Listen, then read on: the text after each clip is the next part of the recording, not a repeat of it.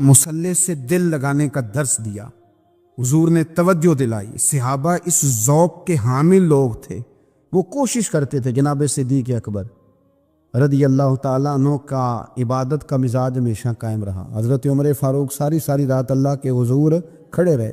حضرت عثمان غنی رضی اللہ تعالیٰ عنہ عشاء کی نماز پڑھ کے 2 رکعتوں کی نیت باندھتے تھے، 15 سپارے پہلی رکعت میں پڑھ دیتے اور 15 سپارے قرآن مجید کے دوسری رکعت میں پڑھ دیتے۔ آپ نے حضرت عمر فاروق کے وصال کے بعد ان کی ایک بیوہ سے نکاح کیا، حضرت عثمان غنی نے نکاح کیا۔ وہ خاتون آپ کے نکاح میں آئیں تو عرض کرنے لگی، امیر المومنین میرے لیے یہ اعزاز تو بہت ہے کہ میں امیر المومنین کی بیوہ تھی تو امیر المومنین کی منکوحہ ہو گئی ہوں، لیکن حضور نہ تو میں جوان ہوں کہ میرے اندر رغبت ہوتی اور نہ میں اب اس قابل ہوں کہ کوئی خدمت کر سکوں، میرے ساتھ نکاح کی وجہ کیا بنی؟ تو عثمان غنی رو پڑے، فرمانے لگے میں نے عمر فاروق کو مسجد میں اپنے رب سے ڈرتے ہوئے دیکھا، میں نے اسے روتے ہوئے دیکھا ہے، عدل کرتے دیکھا ہے، انصاف کرتے دیکھا ہے، امت کی خیر خواہی کرتے دیکھا۔ تمہارے ساتھ نکاح اس لیے کیا ہے کہ تم مجھے یہ بتاؤ کہ عمر فاروق گھر کے اندر اپنے رب کو کیسے راضی کرتے ہو، گھر کے اندر کیسے راضی کرتے تھے، وہ طریقے بتلاؤ، تم بتاتی جانا اور میں بھی اسی طرح گھر میں عبادت کروں۔ میرے رسول کریم علیہ السلام نے ارشاد فرمایا، حضور فرمانے لگے جس گھر میں اللہ کا ذکر ہوتا ہے وہ گھر زندوں کا ہے، اور جس گھر میں رب کریم کا ذکر نہیں ہوتا وہ گھر زندوں کا نہیں ہے۔ گھر ہم کتابوں میں پڑھتے ہیں کہ ایک بزرگ کہتے ہیں، حضرت فضیل بن ایاز کہتے ہیں کہ میں ایک گلی سے گزر رہا تھا تو گھر کے اندر کسی قاری صاحب نے قرآن کی آیت پڑھ دی، وَلِمَنْ خَافَ مَقَامَ رَبِّهِ جَنَّتَانِ، میں تو میرے کانوں سے ٹکرائی تو اللہ نے میری کایا ہی پلٹ دی، میں توبہ کر گیا۔ اب گھر کے اندر سے آواز آئے تو صحیح نہ تلاوت کی، پر اندر سے آواز آتی نہیں ہے، ڈیک بجنے کی آواز آتی ہے، یا ٹی وی چلنے کی آواز آتی ہے، یا دھوم مچانے کی آواز آتی ہے۔ عبادت کا وہ جو خاص شوق تھا، وہ جو حسن تھا، وہ جو توانائی تھی، وہ جو بات تھی۔ ایک جگہ پہ ہم بیٹھے تھے تو وہاں ایک صاحب آئے اور انہوں نے آتے ہی کہا کہ مہربانی کریں ذرا مجھے مصلی دے دیں، میرے نہ کچھ نفل رہ گئے۔ تو میں نے وضو کر لیا تو کوئی مصلی مل جائے، مصلی انہیں دے دیا گیا، وہ مصلی لے کے چلے گئے تو پیچھے ایک صاحب نے تبصرہ کیا، کہنے نے کتنا ریاکار بندہ ہے، لوگوں کو دکھا رہا ہے کہ میں نفل پڑھتا ہوں، ہے کوئی بات کرنے والی؟ میں نے اسے کہا، میں نے کہا تو مہربانی کرنا اس طرح کی ریاکاری تو بھی کر، پکڑ مصلی اور جا تو بھی تھوڑی ریاکاری کر کے آ، اٹھ ذرا، شکر کر کوئی یہ ریاکار بھی ملا ہے، کوئی نفل پڑھ کے ریاکاری کر رہا ہے۔ اللہ کا میں کہتا ہوں کو پڑھے تو صحیح نہ، یار یہ کوئی دور ہے نفل پڑھنے کا؟ اس میں تو لوگوں کا مزاج ہی نہیں، طبیعت ہی نہیں۔ میں نے کہا چل مہربانی کر یہ لے مصلی اور تو بھی جا تھوڑی سی نہ کاریا ریاکاری کرو تو صحیح نا، مزاج ہی نہیں، ذوق۔ جمعے کی نماز پڑھ کے یوں دنیا بھاگتی ہے، او ہو پتہ نہیں کون سی پیچھے آگ تھی جو بجھائی جائے گی، اور آج تک لوگ مسئلہ پوچھ رہے ہیں کہ جمعے کی بعد والی سنتیں کتنی ہوتی ہیں۔ میں نے کہا کتنے سال ہو گئے جمعہ پڑھتے، کتنے سال ہو گئے، ابھی تک سنتوں کا نہیں پتہ، ابھی تک نہیں علم کے پہلے کتنی رکھتے ہیں اور بعد میں کتنی رکھتے ہیں۔ فجر کی سنتیں کب پڑھنی چاہیے، سنو فجر کی سنتوں کے بارے میں۔ میرے رسول کریم سید عالم صلی اللہ تعالیٰ علیہ وسلم سے ایک صحابی نے پوچھا تھا، حضور میری فجر کی سنتیں رہ گئیں یا رہ جاتی ہیں تو حکم کیا ہے، کیا انداز ہے حضور کا؟ بخاری مسلم کے لفظ سنو، حضور سید عالم صلی اللہ علیہ وسلم فرمانے لگے، اس نے کیا پوچھا تھا، حضور جواب کیا دیتے، فرمایا فجر کی سنتیں کبھی نہ چھوڑنا، فجر کی پہلی 2 سنتیں کبھی نہ چھوڑنا۔ یا رسول اللہ صلی اللہ تعالیٰ علیہ وسلم میری رہ گئی ہیں، رہ جاتی ہیں، فرمایا فجر کی 2 سنتیں نہ چھوڑنا، فرمایا فجر کی پہلی 2 سنتیں مجھے دنیا اور دنیا کے اندر جو کچھ ہے وہ سب سے زیادہ پیاری ہے۔ فجر کی 2 سنتیں دنیا اور دنیا میں جو کچھ ہیں مجھے وہ سب سے زیادہ پیاری ہیں، اس لیے فجر کی سنتیں نہ چھوڑنا۔ اپنا ذوق، اپنی طبیعت، ہم نے ذوق غلط بنا لیا ہے۔ اگر 20 بندے کہہ بھی دیں گے تو نے بڑی شاندار تلاوت کیا تو کیا اس سے بنے گا؟ 100 بندہ کہہ بھی دے تیری کیا بات ہے، کیا بات ہے نعت خاں کی، کیا بات ہے علامہ صاحب کی، پیر صاحب کی، پیر مہر علی شاہ صاحب رحمۃ اللہ علیہ۔ آپ تشریف فرما تھے تو آپ کے ایک ہی بیٹے بابو جی جن کو کہا جاتا ہے، جس دن صاحبزادے پیدا ہوئے تو خادم نہ وہاں سے نکلا۔ ان لوگوں کے شوق اور طرح کے تھے نا، تو ان کی توجہ بھی اپنے شوق کی طرف رہتی، تو خادم نکلا اندر سے، پیر صاحب مبارک ہو، پیر صاحب مبارک ہو، پیر صاحب مبارک ہو، پیر صاحب مبارک ہو، شور کر رہا ہے۔ تو پیر صاحب کو وجد ہو گیا، اللہ اکبر اللہ اکبر اللہ، وہ کیا ہوا، کس بات کی مبارک دے رہے ہو؟ عرض کی حضور اللہ نے بیٹا دیا ہے۔ تو آپ فرمانے لگے اچھا حضور آپ کیا ہوا، آپ تو پریشان ہو گئے۔ فرمانے لگے جب تو نے 3 دفعہ کہا نا مہر علی کو مبارک ہو، تو میں سمجھا تھا شاید تجھے کسی نے بتا دیا ہے کہ مہر علی سے اللہ راضی ہو گیا۔ میں سمجھا تھا کہ شاید تو یہ خبر لے کے آیا ہے کہ کسی نے بتایا ہے کہ مجھے آج خبر ملی ہے کہ مہر علی سے رب اچھا پتر ہوا ہے، الحمدللہ اللہ کا شکر ہے، پر میرے لیے مبارک کا دن وہ ہوگا جب میرا رب کہے گا کہ میں مہر علی سے راضی ہوں، میرے محبوب کہیں گے کہ میں مہر علی سے۔ آپ بات کو سمجھی، شوق ہی کسی اور طرف تھا، دل ہی کہیں اور لگا ہوا تھا، طبیعت ہی کہیں اور مائل تھی۔ کوئی وظیفہ پوچھتے تھے تو پڑھتے تھے وہ لوگ، کچھ اللہ اللہ انہیں بتائی جاتی تھی تو کرنے کا ذوق رکھتے تھے، طبیعت تھی، قائل تھے۔ حضرت ربیع کہتے ہیں میں بڑی دور سے سفر کر کے گیا حضرت اویس کرنی سے ملنے، بڑی دور سے، اور جب میں پہنچا تو فجر کا وقت تھا، تو حضرت اویس کرنی کو میں نے پا لیا، تو وہ نماز پڑھ کے نا قرآن شریف لے کے بیٹھ گئے۔ فرماتے اشراق چاشت کا وقت ہوا تو نفلوں کی نیت باندھ لی۔ محدث ابن الجوزی نے لکھا ہے، فرماتے ہیں پھر جب زوال کا وقت ہوا تو مسجد میں جھاڑو دینے لگ گئے۔ زور کی نماز پڑھ کے تو عصر کی تیاری تک وہ مسجد میں بیٹھے رہے، اور میرے نبی پاک علیہ السلام نے فرمایا جو نماز کے انتظار میں بیٹھا ہو وہ نماز ہی میں ہے، وہ نماز ہی میں ہے۔ فرمایا میری دنیا میری امت کی جو رہبانیت ہے نا وہ اتنی ہے کہ نماز کا انتظار کرے، اذان کے بعد نماز کا یہ راہب ہے، یہ اس وقت چھوڑ کے بیٹھے ہیں سارا کچھ۔ فرماتے ہیں عصر تک انہوں نے اللہ اللہ کی، پھر مغرب تک کی، عشاء کی نماز ہوئی تو نماز پڑھی تو وہ تھک گئے۔ اب مجھے وہ فارغ ہوں مصلی چھوڑے تو میں ملاقات کروں نا، کہ آپ حیران نہ ہو کہ اتنی دیر بندہ کیسے اللہ اللہ کر، ہم نے کی نہیں نا اس لیے ہم پریشان ہیں۔ جو عادی ہوتے ہیں وہ کر بھی لیتے ہیں، وہ یہ کام، میری بات کو سمجھ آ رہے ہیں؟ جب جاتے ہو کسی دفتر میں تو 8 گھنٹے کھڑے رہ لیتے ہو نا، مجبوری ہوتی ہے تو کھڑے رہا جا سکتا ہے۔ پاسپورٹ کے دفتر بولیے، امیگریشن کی لائنوں میں، اور میں نے تو ایمبیسیوں میں بندے 12 گھنٹے پہلے جا کے کھڑے دیکھے، رہ لیتے ہیں کھڑے۔ تو اگر ان کاموں کے لیے رہا جاتا ہے تو اللہ رسول کے لیے بھی کھڑے رہا جا سکتا ہے۔ تو فرمانے لگے کہ جب عشاء کی نماز کے بعد آخر انسان تھے تھک گئے، نیند کا غلبہ ہوا تو تھوڑی ایسے آنکھ بند ہوئی تو کھلی تو رونے لگے۔ حضرت ویسے کر لیا، رو کے کہنے لگے مالک مجھے غافل تو نہ کرے، ابھی میں نے کیا بھی کچھ نہیں، دن ختم ہو گیا، کوئی نفل نہیں، کوئی اللہ اللہ نہیں، اللہ مجھے غافل نہ کر، میری مدد فرما۔ فرماتے ہیں جب وہ روئے تو میرے ساتھ جو شخص تھا میں نے کہا اٹھو چلیں، کہنے لگا حضور ملنا نہیں، فرمایا جو میں لینے آیا تھا وہ مجھے مل گیا، جو میں ان سے سیکھنے آیا تھا وہ مجھے نصیب ہو گیا، اب اور میں نے کیا لینا، ختم ہو گئی بات، اٹھو چلیں۔ اللہ کے بندوں نے حضرت ربیعہ بن کعب اسلمی رضی اللہ تعالیٰ عنہ فرماتے ہیں، کہتے ہیں جب بنو قریظہ اور بنو نذیر یہودیوں کے ساتھ حضور علیہ السلام نے جنگ کا اعلان فرمایا تو وہ دشمن ہو گئے، ہمیں خطرہ تھا کہ وہ رات کو کہیں محبوب کو تکلیف نہ دیں، تو کچھ لوگ نا تلواریں لے کے نبی پاک کے دروازے پہ پہرے داری کرتے تھے۔ گن مین رکھنا حرام نہیں، اگر کسی کو واقعی خطرہ ہو تو اس کے لیے سنت بھی ہے۔ حضرت علی المرتضیٰ تلوار لے کے حضور کے گھر کا پہرا دیتے تھے۔ حضرت ربیعہ بن کعب اسلمی رضی اللہ تعالیٰ عنہ فرماتے ہیں کہ رات میری ڈیوٹی تھی کہ میں حضور کے گھر کا پہرا دوں گا، تو فرماتے ہیں میں باہر سن رہا تھا، ساری رات ہی میرے نبی پاک نے اللہ کی تسبیح پڑھی، ساری رات، کبھی تسبیح، کبھی تہلیل، کبھی تحمید، کبھی تکبیر، ساری رات۔ فرماتے ہیں ساری رات حضور پڑھتے رہے اور ساری رات ہی میں سنتا رہا، مجھے اونگ آ گئی، میری آنکھ لگ گئی، حضور ابھی پڑھ رہے، میں تھک کے سو گیا، اور فرماتے ہیں جب میری آنکھ دوبارہ سے کھلی تو میرے کانوں میں پھر کوئی چیز گونجی، تو میں نے کان لگایا تو میرے حبیب ابھی بھی اللہ کو یاد کر رہے۔ ساری رات حضور رب کی عبادت کرتے، اسی لیے تو کہا یا ایھا المزمل قم اللیل الا قلیلا، حبیب ساری رات تو نہ جاگا کر، تھوڑا آرام بھی کر لیے گا۔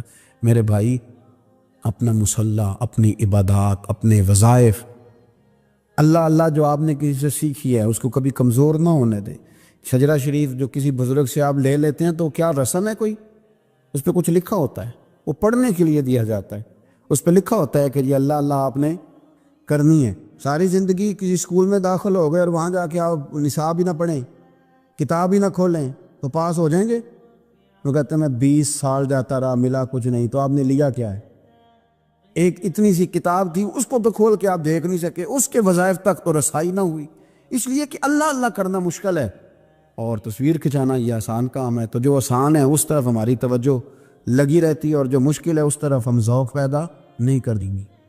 تمہیں پتہ ہے کہ عبادت اللہ کی کرنی چاہیے، تمہیں پتہ ہے کہ نماز پڑھنی چاہیے، تم جانتے ہو کہ نوافل ادا کرنی چاہیے، تمہیں پتہ ہے کہ سجدے آنکھیں بند کر کے جھوٹ کی زندگی جی کے اپنے ساتھ بددیانتی کر کے دھوکہ دے کے اپنے آپ کو دائیں بائیں اپنے آپ کو کہیں مصروف رکھ کے کچھ وقت ضائع تو کر لیتے ہو، پر تمہیں پتہ تو ہے نا کہ عبادت اللہ کی کرنی، تمہیں اس کی خبر ہے۔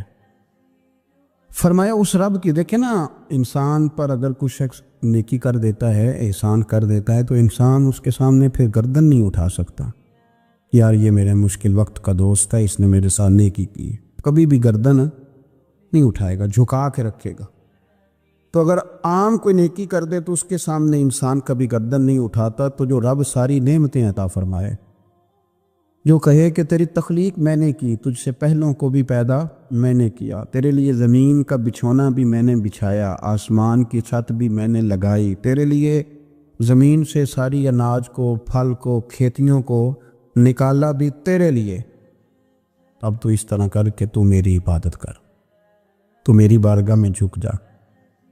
بہت سارے نشے لوگوں کو لگے ہوئے ہوتے ہیں، ہر آدمی کوئی نہ کوئی نشہ کرتا ہے، کوئی دولت کا کرتا ہے، کوئی شہرت کا کرتا ہے، کوئی اپنی تعریف کا نشہ کرتا ہے، دو چار لوگوں سے تعریف سن کے مطمئن ہو جاتا ہے۔ ناراض تو نہیں ہو گیا اس جملے سے؟ آپ کرتے ہیں لوگ دولت کا نشہ بھی، یہ جب نقصان ہوتا ہے تو بندے بیمار نہیں ہو جاتے، پیسے ڈوب جاتے ہیں تو لوگ بیمار نہیں ہو جاتے، تو اس کا مطلب یہ ہوتا ہے کہ نشہ ٹوٹ گیا ہے۔ اب بہک ہوئے ہیں نا تھوڑے سے تو کانپتے ہیں، تڑپتے ہیں، پریشان، نشہ ہی اسی طرح ہی کرتا ہے نا، نہیں ملتا تو پریشان ہوتا ہے۔ یہ سارے نشے ہیں، مختلف قسم کا نشہ۔ ہم مانتے نہیں اس بات کو، تسلیم نہیں کرتے، کیونکہ تسلیم کرنا بڑا مشکل کام ہے، اس کے لیے تو بڑی ساری چیزیں جو ہیں وہ دبوچ کے اور بڑی سارے رستے پھلانگ کے آنا پڑتا ہے، تو بڑا مشکل ہے ماننا، ورنہ کرتے ہیں ہم، ہمارا مزاج ہے۔ یہ گھومنے پھرنے کا، دنیا دیکھنے کا بھی ایک نشہ ہے، یہ بہت ساری باتیں کرنے کا بھی ایک نشہ ہے، گپ شپ کا بھی ایک نشہ ہے۔ دو چار لوگوں کی جب تک پگڑیاں نہ کھول لیں، بعض لوگوں کو نیند نہیں آتی، یہ غیبت کا، چغلی کا، بددیانتی کا، یہ بھی ایک نشہ ہے۔ اس پر ملا رومی رحمۃ اللہ نے بڑا کلام لکھا ہے، وہ کہتے ہیں مانگ کے کھانے کا بھی نشہ ہے، مانگ کے کھانے کا بھی نشہ ہے۔ وہ کہتے ہیں کہ ایک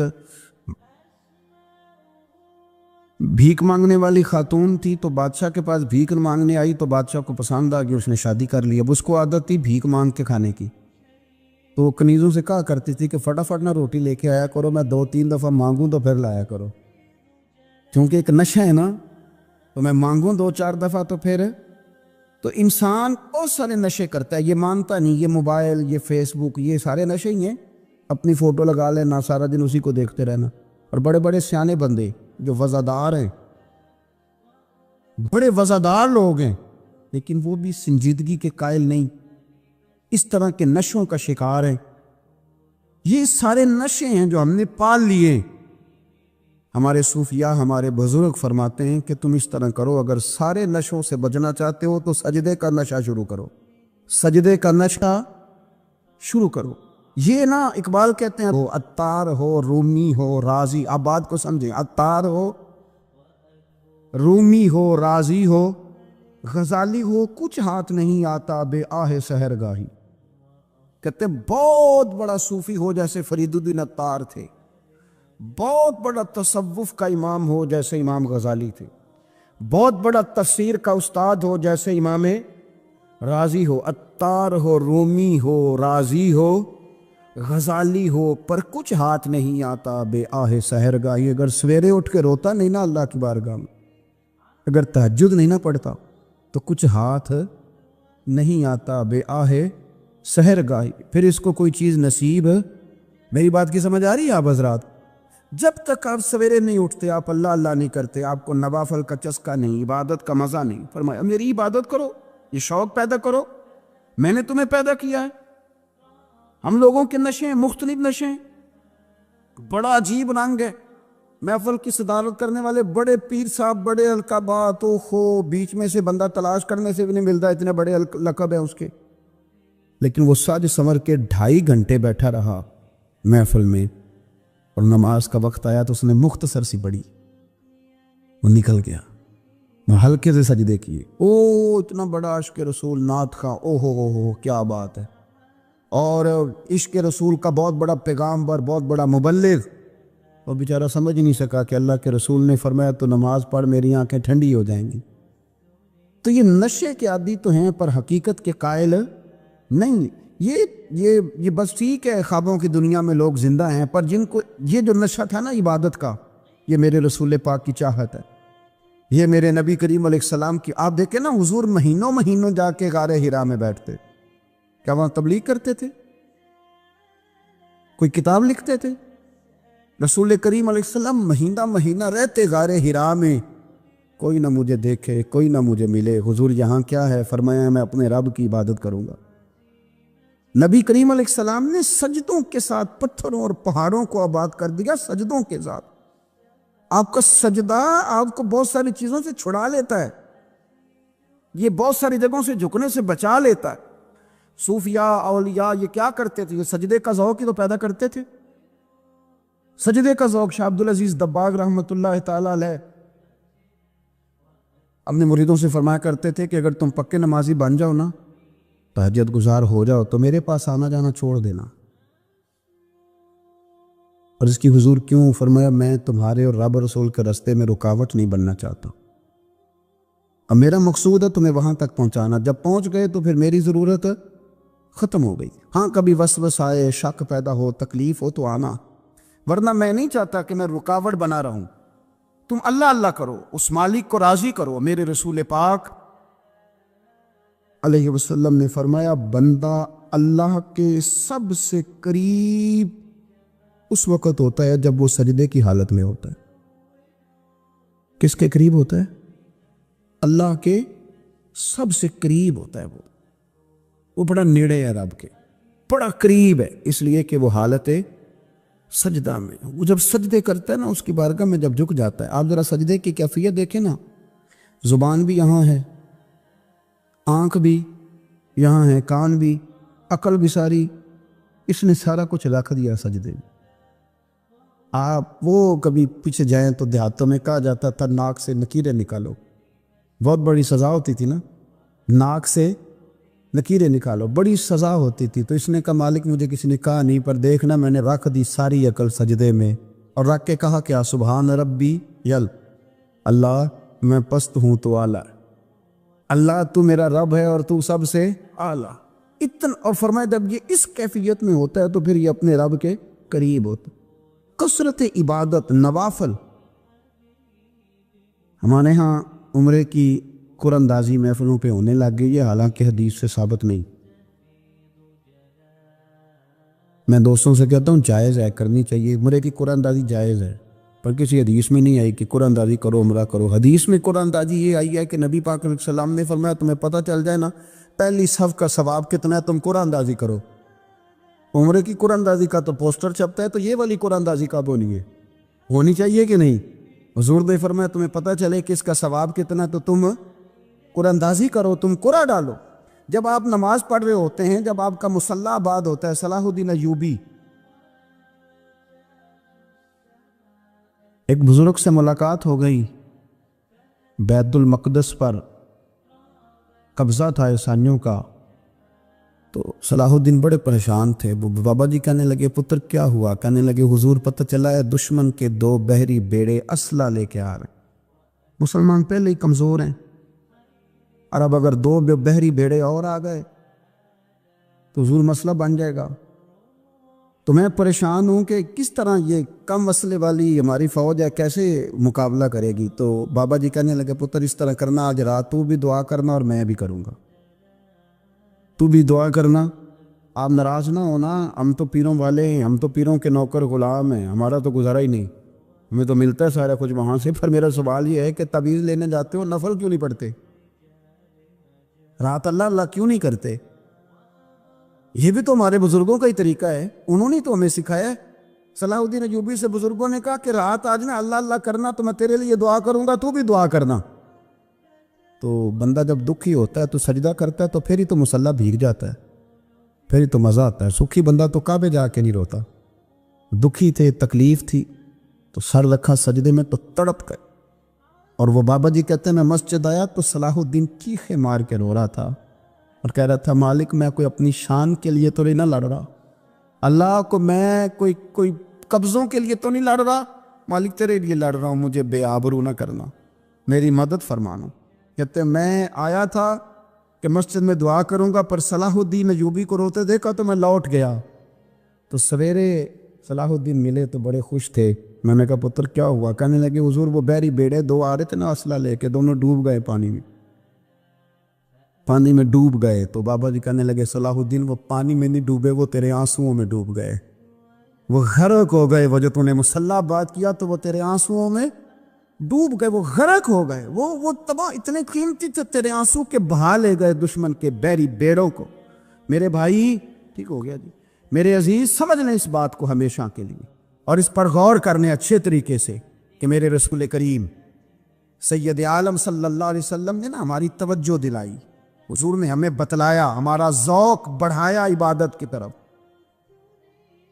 ایک صحابی تھے حضرت ابو فاطمہ رضی اللہ تعالیٰ عنہ، یہ ترمذی شریف کی حدیث ہے۔ نبی پاک علیہ السلام نے فرمایا ابو فاطمہ قیامت کے دن مجھ سے جلدی ملنا چاہتے ہو کہ دیر کے ساتھ؟ تو کہنے لگے حضور کون ہوگا جو دیر سے ملنا چاہے گا؟ ہم نے تو جان دے دی وعدہ دیدار پر۔ اعلیٰ حضرت فرماتے ہیں جان دے دی وعدہ اور نقد اپنا دام ہو ہی جائے گا۔ مجھے لگتا ہے کہ یہ سودا نقد و نقد ہو جانا ہے، چونکہ ہم نے جان دے دی وعدہ دیدار پر۔ آپ نے وعدہ کیا تھا کہ مریں گے تو پھر زیارت ہوگی، تو مر گئے ہم زیارت کی خاطر۔ جان دے دی وعدہ دیدار پر تو نقد اپنا دام ہو ہی جائے گا۔ اے رضا ہر کام کا ایک وقت ہے، دل کو بھی آرام ہو ہی جائے گا۔ تو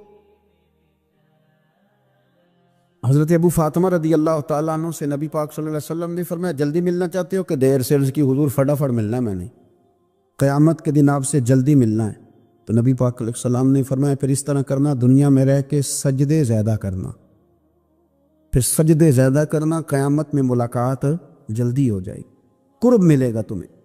اپنے بچوں کے اندر دیکھیں نا، ہم شوق پیدا کرتے ہیں، ہمیں صحیح لفظ نہیں بولنے آتے پر ہم بچوں میں شوق پیدا کرتے ہیں کہ پتر ڈاکٹر بن جائے گا تو بڑا نفع کرے گا، تو لوگوں کی خدمت کرے گا، ملک و ملت کی خدمت کرے گا، تیرے ابا کا نام روشن ہوگا، تیرے دادا کی تعریفیں ہوں گی۔ ہم یہ ذوق پیدا کرتے ہیں، ہم اپنے نوجوانوں کے اندر یہ فکر پیدا کرتے ہیں، انہیں ہم سمجھاتے ہیں کہ میاں جب تم پڑھو گے، محنت کرو گے تو فلاں آدمی کی طرح تمہارا نام ہوگا۔ یہ جتنا ذوق ہم بچوں کے اندر ان چیزوں کا پیدا کرتے، ہمیں حکم ہے کسی طرح ہم ذوق پیدا کریں کہ پتر نماز پڑھے گا تو اللہ راضی ہو جائے گا، تو سجدہ کرے گا۔ دیکھیں نا میرے رسول کریم علیہ السلام نے فرمایا 7 سال کے بچے کو مسجد لے کے جاؤ، یعنی اسے شوق دلاؤ، اس کے اندر یہ خاصیت پیدا کرو کہ اس کا دل کرے مسجد میں جانے، اس کے اندر یہ خصوصیات لاؤ کہ وہ ہمارے ہاں نا ہر چیز کو پروموٹ کیا جا رہا ہے، ہر چیز کو، یعنی سر سنگیت سکھانے کے لیے اکیڈمیاں بن گئی ہیں، ہر شے پروموٹ ہو رہی ہے، عبادت کا جذبہ کم ہوتا جا رہا ہے، اللہ اللہ کا ذوق ہمارے اندر نہیں رہا۔ اور اتنا مشکل ہم نے اپنے لیے بنا لیا ہے کہ وہ بندہ جو بڑی زبردست مذہبی گفتگو کر رہا تھا اور تگڑی بات کر رہا تھا، کیا بات ہے، لیکن نماز کے بارے میں کمزوری دکھا جاتا ہے، نوافل کے بارے میں وہ چپکے سے نکل جاتا ہے۔ امام احمد بن حنبل رحمۃ اللہ تعالیٰ علیہ، مسند امام احمد بن حنبل 14 جلدوں میں ہے مارکیٹ میں، اور مجھے تو خیر پسند ہی بڑی ہے، میں نے کئی دفعہ پڑھی ہے۔ اور کیا بات ہے امام احمد بن حنبل کی، کیسے تگڑے قسم کے محدث تھے اور اللہ نے کتنا انہیں اعزاز عطا فرمایا ہوا تھا۔ یہ کوڑے بھی کھاتے تھے دین کی خاطر، سارا کرتا لہو سے بھر بھی جایا کرتا تھا، بڑا اعزاز والا شخص تھے، بڑے اعزاز والے، حدیثیں جمع کرنا، حدیثیں لکھنا، حدیث پڑھانا، سارا دن رہتے تھے۔ کہہ سکتے تھے کہ میں کر تو رہا ہوں کام، اور حدیث بھی موجود ہے کہ عالم عابد سے افضل ہوتا ہے، پر اس کے باوجود امام احمد بن حنبل رحمۃ اللہ علیہ 300 نفل فرض نمازوں کے علاوہ پڑھا کرتے تھے، 300 نوافل روز پڑھا کرتے تھے. ان کے بیٹے نے کہا ابا جی مکان خریدنا ہے تو کوئی جگہ کہاں کر کے لوں, بہت ساری آبادیاں. تو فرمایا پتر وہاں لینا جہاں مسجد قریب ہو. میرے رسول کریم سید عالم صلی اللہ علیہ وسلم اتنا پسند کرتے مسجد کو, اتنا پسند کرتے نماز کو, کہ رسول کریم صلی اللہ علیہ وسلم تہجد کی نماز بھی پڑھتے, پھر حضور فجر کی نماز بھی پڑھتے. نبی پاک وطر کو الگ کر کے پڑھتے, عشاء کے ساتھ نہیں پڑھتے. یہ تو ہمیں سے یہ اجازت دی ہمارے بزرگوں نے کہ بعد میں اٹھے گا کون علیحدہ وطر پڑھنے کے لیے, عشاء کے ساتھ پڑھ لے.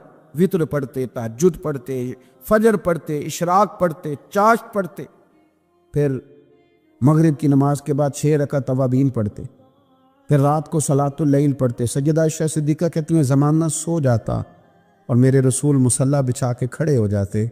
او یار کھیتی باڑی کر کے نہیں, محنت مزدوری کر کے نہیں. جناب عائشہ کہتی ہیں میں یہ بھی دیکھتی کہ حضور ایک آیت شروع کرتے تو ساری رات اسی کو پڑھتے, اور میری نظر جاتی تو قدم مبارک پہ ورم آ جاتا. یار نماز پڑھ کے اتنی مشقت کر کے, اتنی جد و جہد کر کے ورم آ گیا, یا رسول اللہ اتنی محنت کیوں کرتے ہو؟ فرمایا افلا اکون عبدا شکورا, کیا میں اپنے رب کا شکر گزار بندہ نہ بنوں؟ صحابہ کا ذوق عبادتوں کا, ریاضتوں کا, تلاوتوں کا, طبیعت ہے ان کی, وہ ایک دوسرے کو. حضرت مولا علی شیر خدا کرم اللہ تعالی وجہہ الکریم کے زمانے میں روم کے بادشاہ نے کہا یار یہ مسلمانوں کا پتہ تو کرو, یہ آخر کیوں اتنے زیادہ مجاہد ہیں. اس زمانے میں جاسوس بھیجنے کا مزاج تھا, اب تو جاسوس پکڑا جاتا ہے, اب تو جاسوس اور جاسوسی کا شوق ویسے آج بھی ہے. عرض کروں تھوڑی سی بات اس عنوان سے, پتہ کیا ہمارا مسئلہ ہے؟ ہم جہاں جاتے ہیں نا وہاں تھوڑی خوشبو سونگنے کی کوشش کرتے ہیں. وہ کیا ہے تو یہ کیا ہے تو ادھر کیا ہے تو تھوڑا سا ادھر کیا ہے. میرے رسول پاک پڑھیے درود شریف, سارے پڑھیے ذرا زور سے, صلی اللہ تعالی. نبی پاک علیہ السلام نے فرمایا جاسوسی نہ کرنا ورنہ تم بندوں کو خراب کر دو گے, اور فرمایا اس طرح نہ ہو کہ تم کسی کے آپ کھول نہ نکلو تو تمہارے پہلے کھل جائیں. یہ جو ذوق ہے نا یہ ختم کریں, چھوڑیں. مطلب آپ کس چکر میں پڑے ہوئے ہیں؟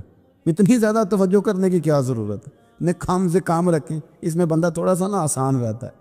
یہ جو بہت زیادہ ٹٹولنے والے لوگ ہوتے ہیں نا وہ بیچارے پھر عمر ٹٹولتے ہی گزار دیتے ہیں, اس لیے کہ مزاج ہی بہت پکا ہے. بوری کا منہ کھول کے اندر تک ہاتھ ڈالنا, تو پھر کئی دفعہ سامنے سے بچھو بھی لڑ جاتا ہے, خرابی ہوتی ہے. تو جاسوسی کی جاتی تھی. اس نے بھی جاسوس بھیجے کیونکہ قبیلوں کے لوگ تھے, کچھ مسلم کچھ کافر, پہچانے نہیں جاتے تھے لوگ, تو کچھ لوگ اس نے بھیجے. انہوں نے آ کے نا تحقیق کی, ریسرچ کری کہ آخر ماجرا کیا ہے. تو واپس جا کے انہوں نے رپورٹ دی نا روم کے بادشاہ کو. اس رپورٹ کا ایک جملہ بڑا شاندار ہے. وہ کہنے لگا بادشاہ ہمیں مسلمانوں کی کوئی سمجھ نہیں آئی, ہمیں کوئی سمجھ نہیں آئی. انہوں نے کہا کیوں نہیں سمجھ آئی؟ کہنے لگے یار عجیب بندے ہیں, جب رات مصلی پہ بیٹھتے ہیں تو یوں لگتا ہے ان کا دنیا سے رشتہ ہی کوئی نہیں, کوئی کسی کو نہیں جانتا. کوئی اپنے دکھ سنا کے رو رہا ہے, وہ اپنی بات کر کے رو رہا ہے, لگتا ہے کہ ان کا کوئی رشتہ ہے ہی نہیں جب مصلی پہ بیٹھتے ہیں. اور فرمایا جب سویرے یہ جہاد کرنے نکلتے ہیں تو لگتا ہے ان سے زیادہ دلیر ہی کوئی نہیں. حالانکہ جو مسلوں پہ رونے دھونے کے لوگ ہوتے ہیں وہ کئی دفعہ جہاد میں کام نہیں کرتے, لیکن عجیب لوگ ہیں کہ رات کے راہب ہیں, دن کے مجاہد ہیں, کوئی سمجھ نہیں آتی. میرے عزیز ان لوگوں نے مسلح آباد کر کے رکھا, تلاوتیں ان کا ذوق رہی, منظر روز پڑھنا, اسباق پڑھنا, وظائف پڑھنا, یہ ان کا ذوق رہا. اعلیٰ حضرت بریلوی رحمت اللہ نے ایک 1000 کتاب لکھی ہے, لیکن الوظیفۃ الکریمہ کے نام سے جو وہ صبح و شام وظائف پڑھتے تھے وہ الگ انہوں نے ان کو بیان کیا, پابندی کے ساتھ اپنی اللہ اللہ کرتے. شیخ شہاب الدین سہروردی رحمت اللہ علیہ پر ایک بندے نے اعتراض کیا, اس نے کہا جی آپ کس قسم کے صوفی ہیں, مرید بیٹھے ہیں اور آپ وہاں نفل پڑھ رہے ہیں. یہ بھی بڑا مسئلہ ہوتا ہے نا, جو بندہ ملنے آتا ہے وہ اپنے ٹائم کے حساب سے آتا ہے, اور اس کا یہ بھی خیال ہوتا ہے کہ پیر صاحب جو ہیں وہ چونکہ درویش ہیں تو نہ انہیں روٹی کھانی چاہیے نہ سونا چاہیے, چونکہ وہ درویش ہیں, اور ہم چونکہ درویشوں کے ماننے والے ہیں لہذا ہمارا یہ طریقہ ہونا چاہیے کہ جیسے ہم کہیں درویش ویسے ہی کر جائے. حالانکہ جس کو آپ درویش کہیں گے آپ اس کی مانیں گے, آپ منوائیں گے نہیں, تمہارا مزاج ہوتا ہے. شیخ شہاب الدین پر لوگوں نے اعتراض کی, حضور لوگ ملنے آئے ہیں, زیارت کرنے آئے ہیں, یہ بندے دعا کرانے آئے ہیں, اللہ اللہ کرانے آئے, اور آپ نفل پڑھ رہے ہیں, کیا جملہ ہے, کیا حسن ہے, کیا خوبصورتی ہے. فرمانے لگے رب رسول سے مانگنے کے لیے مصلی بچھایا ہے, اگر وہاں سے مانگوں گا نہیں تو تمہیں دوں گا کیا, پہلے مجھے کچھ لے تو لینے دو, اگر میرے پلے کچھ ہے ہوگی تو آگے دوں گا نا. تو میں مانگنے گیا تھا کہ یا اللہ دے, تیرے بندے لینے آئے ہیں, دے تو میں کچھ لوں گا تو آگے دوں گا نا. لیکن ہمارا یہ سٹیٹس, یہ مزاج, یہ شعور نہیں ہے. گپیں, کہانیاں, داستانیں, گفتگو, خطابت, واز, کیا بات. لیکن اگر کچھ کرنے کا کام ہو تو وہ نہیں ہم سے ہوتا. کہ بخاری مسلم میں ایک حدیث ہے جس کو پڑھ کے انسان بار بار سوچنے پہ مجبور ہو جاتا ہے کہ اس طرح بھی ہوتا ہے. حضرت انس بن مالک رضی اللہ تعالیٰ عنہ ارشاد فرماتے ہیں, ہم سب حضور کی بارگاہ میں بیٹھے تھے, بخاری مسلم ہے. نبی پاک علیہ السلام تشریف فرما تھے, حضور کی حالت مبارکہ تھی, جہاں موقع آیا حضور بیٹھ گئے. حضور زمین پہ جلوہ فراز تھے. صحابہ کرام نے سوال پوچھنے شروع کیے, یہ بھی بتائیں, یہ بھی بتائیں. کچھ نوجوان تھے, انہوں نے کچھ سوالات شروع کیے, انہوں نے بہت زیادہ سوالات کیے کثرت سے. تو حضرت انس بن مالک رضی اللہ تعالیٰ عنہ فرماتے ہیں بہت سوالات. جب زیادہ سوال ہو گئے نا, اللہ کے رسول صلی اللہ علیہ وسلم اٹھ کے نا ممبر پہ بیٹھ گئے. فرمایا پوچھو جو تمہارا جی چاہتا ہے میں بتاؤں گا, پوچھو, کرو سوال کرو. ایک شخص نے اٹھ کے عرض کی, یا رسول اللہ میرا باپ کون ہے؟ فرمایا حذیفہ. دو لوگ اور اٹھے, یا رسول اللہ ہمیں لوگ تانے دیتے ہمارا باپ. فرمایا تمہارا باپ وہی ہے جس کی طرف تم منسوب ہو, اسی باپ کی جائز اولاد ہو. ایک بندہ اور اٹھا, اس کا لہجہ بھی کچھ اس طرح کا تھا, کہنے لگا حضور میں جنت میں جاؤں گا کہ جہنم میں؟ کئی دفعہ نا چیزیں راز میں رہیں تو وہ ٹھیک رہتی ہے, لیکن جن کو راز کھولنے کا شوق ہو ان کے اپنے بھی کھل جایا کرتے, ان کے کھل جاتے ہیں, پھر وہ تکلیف میں آتے ہیں. یاد رکھیں, حضور میں جنت میں جاؤں گا کہ جہنم میں؟ حضرت انس بن مالک کہتے ہیں کریم بولے, مور لگنے لگی, ہم کانپنے لگے. حضور نے فرمایا تو جہنم میں جائے گا, دوزخی ہے تو. بس جب وہ سناٹا چھا گیا, اب ڈر تھا کہ کچھ اور باتیں نا, یہ کثرت سوالات کی وجہ سے حضور ناراض ہو گئے. کہتے ہیں فٹافٹ حضرت عمر اٹھے, فٹافٹ, اور کوئی معافی نہیں مانگی, کوئی بات نہیں کی. جناب عمر تھے نا, آئے عمر تیرے جملوں پہ مر جاؤں, ان راہوں پہ قربان جہاں سے عمر چلتے تھے. ہر حکمران تیری بات کرتا ہے, پر عمر تیرے ایک ایک فیصلے پہ میری اولادیں قربان. ایسا بھی شخص کوئی پلٹ کے دنیا میں آئے گا جیسا خطاب کے گھر عمر پیدا ہوا. حضرت فاروق اعظم اٹھے, یوں ہاتھ باندھے, رو پڑے, کہنے لگے نہ حضور نہ, رضیت باللہ ربا وبالاسلام دینا وبسیدنا ومولانا محمدا نبیا ورسولا. حضور ہم بڑے راضی ہیں کہ اللہ ہمارا رب ہے, سونیا بڑے راضی ہیں کہ دین ہمارا اسلام ہے. یا رسول اللہ ہم بڑے راضی ہیں کہ اللہ نے آپ کو ہمارا نبی بنا کے دے دیا ہے. حضور بڑے, یوں ہاتھ باندھے, نہ ساڈا بولیا چولیا معاف کری, غلطی ہو گئی حضور جوانوں سے. نہیں ایسا حضور, نہ اس سے زیادہ کوئی پردہ نہ کھول جائے کہ رضیت باللہ ربا وبالاسلام دینا وبسیدنا ومولانا محمد نبیا ورسولا. وہ ضرورت کے لیے سوال ضرور پوچھا جائے, حضور پسند کرتے تھے, لیکن بحث میں الجھ جانا, ہر وقت دین کو تختہ مشق بنا لینا, ہر وقت. میرا دل تڑپتا ہے, کبھی کبھی سوچتا ہوں یہ میرے نبی پاک کا دین ہے کیا یہ صرف دنیا میں بحث کے لیے آیا؟ جس کو 4 لفظ آئے اس نے میرے حضور کے دین کو ذریعہ بحث بنا لیا. صبح بھی بحثیں, شام بھی بحثیں. کریم محبوب علیہ السلام نے جو طائف میں روڑے کھائے تھے وہ اس لیے کہ امت بیٹھ کے بحثیں کرے. اس لیے امام علی مقام نے سارا گھرانہ کربلا میں دے دیا کہ تم بحثیں کرو. عمل کب کریں گے؟ کرو بحث, صبح بھی کرو, ہر بندہ کرے, مولوی بھی کرے, مفتی بھی کرے, مناظر بھی کرے. اور چلو علماء تو کبھی اعلاء کلمت الحق کے لیے کوئی گفتگو کر بھی لے. ہر چوک چراہے میں بحث, ہر جگہ مناظرہ. خدا را بلا ضرورت تو چھوڑ دے, بلا وجہ تو چھوڑ دے. کبھی تو مان کر چلنے کا مزاج بنا لیں, کبھی تو قبول کر لیں. یا رسول اللہ رضیت باللہ ربا وبالاسلام دینا وبسیدنا ومولانا محمد نبیا ورسولا. حضور بڑے راضی ہیں کہ اللہ ہمارا رب ہے, اسلام ہمارا دین ہے, آپ ہمارے نبی ہیں. حضور ہم بڑے ہی راضی ہیں, ہم پر کرم نوازی ہو جائے، تو حضور نے فرمایا عمر بیٹھ جا، اللہ تیرے اوپر رحم فرمائے۔ عمر بیٹھ جانا، رب تیرے اوپر رحم فرمائے۔ قرآن مجید فرقان حمید آپ دیکھیے تو سورہ بقرہ میں سے جو آیہ کریمہ میں نے آج تلاوت کی ہے خطبے میں، اس میں اللہ تعالیٰ نے فرمایا ام تریدون ان تسألوا رسولکم کما سئل موسیٰ من قبل، کیا تم میرے نبی پاک علیہ السلام سے بھی اسی طرح ہی سوال کرنا چاہتے ہو جس طرح حضرت موسیٰ کی قوم نے ان سے کیے تھے؟ جس طرح پہلے حضرت موسیٰ علیہ السلام سے سوال کیا گیا تھا، تم بھی میرے رسول سے اسی طرح سوال کرنے کا ارادہ رکھتے؟ کبھی بنی اسرائیل والوں نے کہا کہ ہمیں پتھر سے پانی نکال کے دیا جائے، کبھی کہا کہ ہمیں کھانا من و سلوہ دیا جائے، کبھی کہا کہ ہم اس وقت مانیں گے جب رب کو اعلانیہ دیکھ لیں گے۔ کیا تم میرے رسول سے بھی اسی طرح ہی سوال جواب کرنا چاہتے ہو؟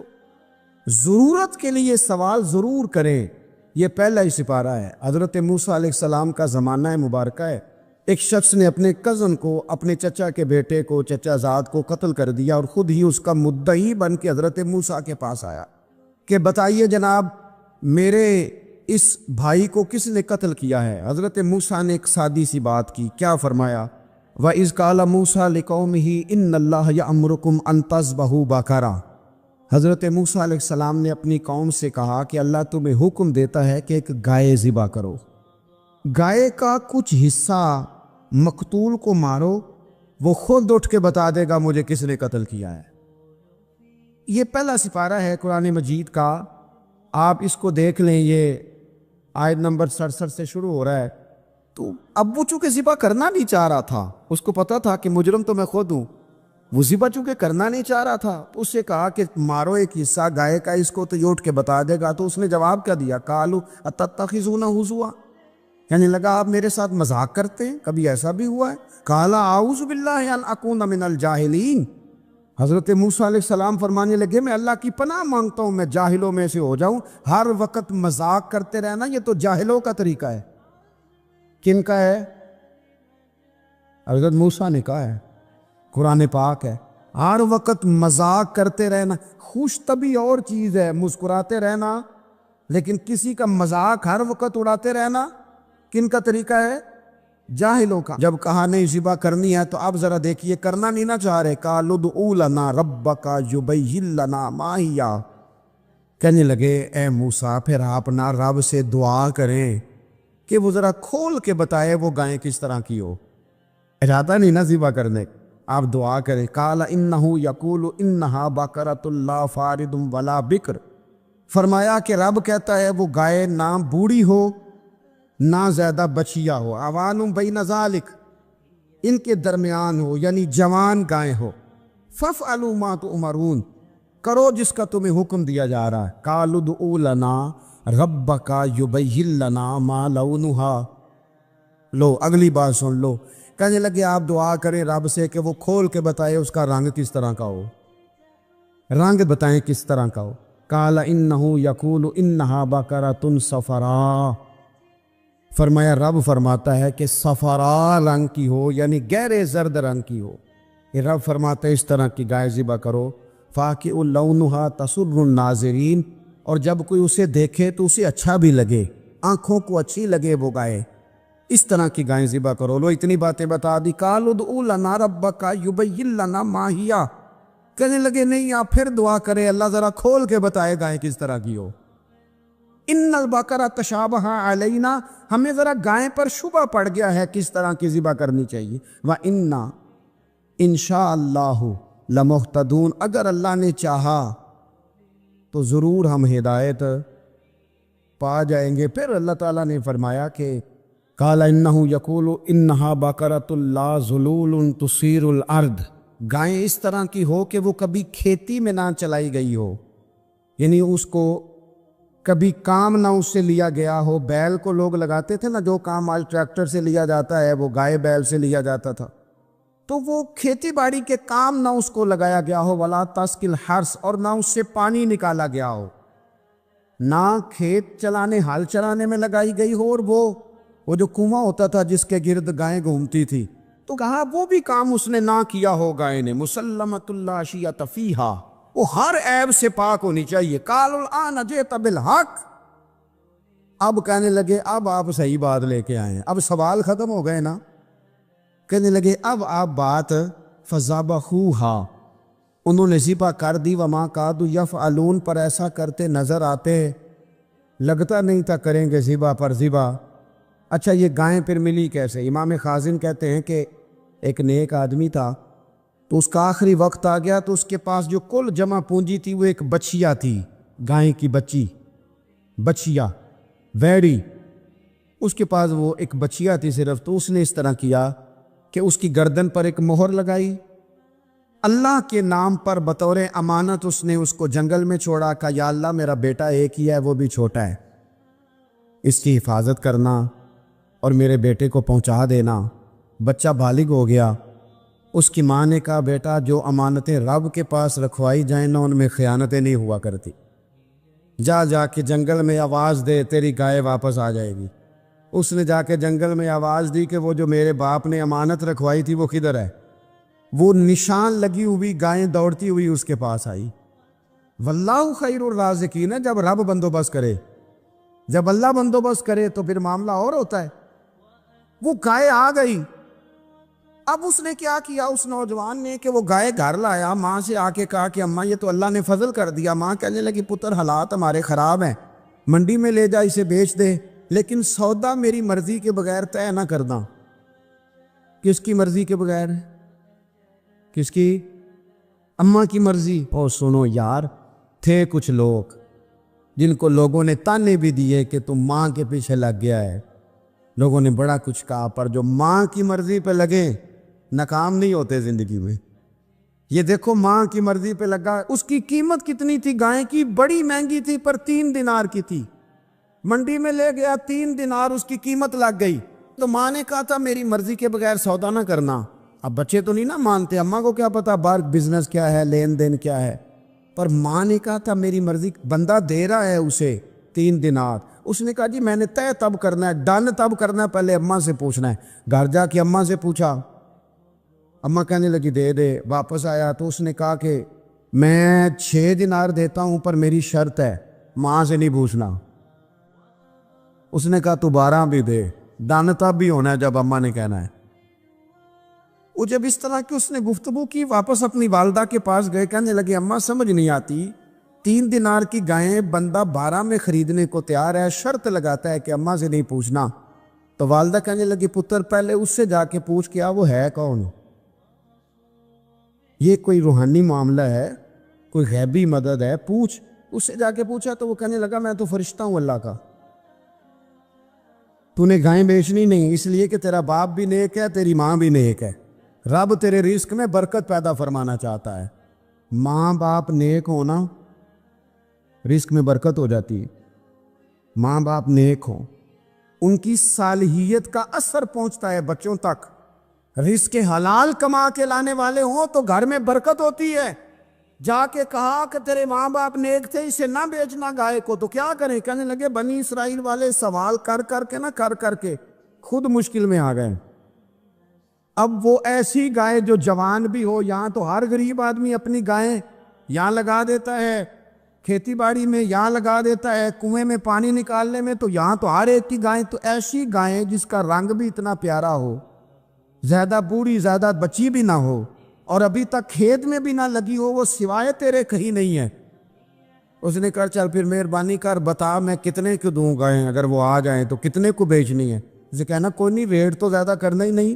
ان سے کہنا گائے کے اندر سے گوشت نکال دیں اور جتنا گوشت ہے اتنے پیسے بھر دیں، اس کی کھلڑی بھر دیں. اب وہ بنی اسرائیل والے ڈھونڈتے پہنچ گئے. کہا جناب گائیں 3 دینار کیا 6 لے لو. اس نے کہا نہ بھائی، ذبح کروں گا، گوشت نکالوں گا، جتنا وزن گوشت کا اتنے پیسے بھرو گے کھال میں تو پھر گائے تمہیں ملے گی. اب مجبور تھے، کیا کرتے؟ ابن کثیر حدیث لائے ہیں، امام سیوطی نے در منصور میں بھی لکھی ہے. نبی پاک صلی اللہ علیہ وسلم نے فرمایا سنو جوانوں، اور اسے دل کی تختی پہ لکھو. نبی پاک علیہ السلام نے فرمایا اگر بنی اسرائیل والے زیادہ سوال نہ کرتے تو اتنی مشکل کا شکار نہ ہوتے. انہوں نے سوال اتنے کیے کہ چارہ نہیں ہے اب ان کے لیے. چارہ نہیں ہے اب ان کے لیے کہ یہ ادھر ادھر جا سکے، مجبوری بن گئی ہے، یہی گائے خریدنی ہے، یہی لے جانی ہے۔ اب اتنا سارا مال جمع کر کے وہ گائے خریدی، ذبح کی، تو مقتول کو جب اس کا ایک حصہ مارا تو اس نے اٹھ کے کہہ دیا یہ جو مدعی بنا ہوا ہے نا، یہی تو میرا قاتل ہے، یہی تو میرا قاتل ہے، یہی تو ہے جس نے یہ سارا کام کیا ہے۔ تو زیادہ سوالات کرنا، بہت زیادہ سوالات کرنا، ہر وقت بحث میں رہنا، نبی پاک صلی اللہ تعالی علیہ وسلم نے منع فرمایا، اور میرے رسول پاک علیہ الصلاۃ والسلام نے فرمایا یاد رکھو 3 چیزوں سے ہمیشہ بچو، بخاری مسلم میں موجود ہے۔ ایک تو فرمایا کثرت کیلو کال سے بچو، زیادہ بحثیں نہ کرو، اور دوسرا حضور علیہ الصلاۃ والسلام نے فرمایا مال کو ضائع کرنے سے بچو، اور تیسرا فرمایا زیادہ سوال نہ کیا کرو، زیادہ سوال نہ کیا کرو۔ ایک مقام پہ نبی پاک علیہ السلام نے فرمایا حج فرض ہے۔ ایک صاحب نے اٹھ کے پوچھا حضور ہر سال؟ حضور خاموش ہو گئے۔ پھر پوچھا حضور ہر سال؟ سرکار خاموش ہو گئے۔ تیسری بار پھر پوچھا حضور ہر سال؟ نبی پاک علیہ السلام نے فرمایا زیادہ سوال نہ کیا کرو، میرے منہ سے نکل جاتا نا ہر سال فرض ہے تو رب نے ہر سال فرض کر دینا تھا، تمہارے لیے مشکل ہوتی۔ اور فرمایا جس چیز کے لیے میں تمہیں حکم دوں وہ کر دیا کرو، اور جس چیز میں تمہیں آزاد کر دوں اس میں آزاد ہو جایا کرو، زیادہ باروچیوں میں نہ جایا کرو۔ جن لوگوں نے بھی باریک بن کے چیزیں ڈسکس کرنی چاہی نا، الجھ گئے، تنگ آ گئے، اور جو کسی ایک دروازے کے فقیر تھے، ایک دروازے کے فقیر تھے، ایک دروازے کے فقیر تھے، کسی ایک راہ سے خیرات لیتے تھے، زیادہ الجھاؤ نہیں پیدا کیا انہوں نے۔ میں کہہ چکا ہوں علم حاصل کرنے کے لیے سوال ضرور کریں، لیکن بحث کے لیے اور الجھاؤ پیدا کرنے کے لیے، نئی سے نئی راہ تلاش کرنے کے لیے یہ بات درست نہیں ہے۔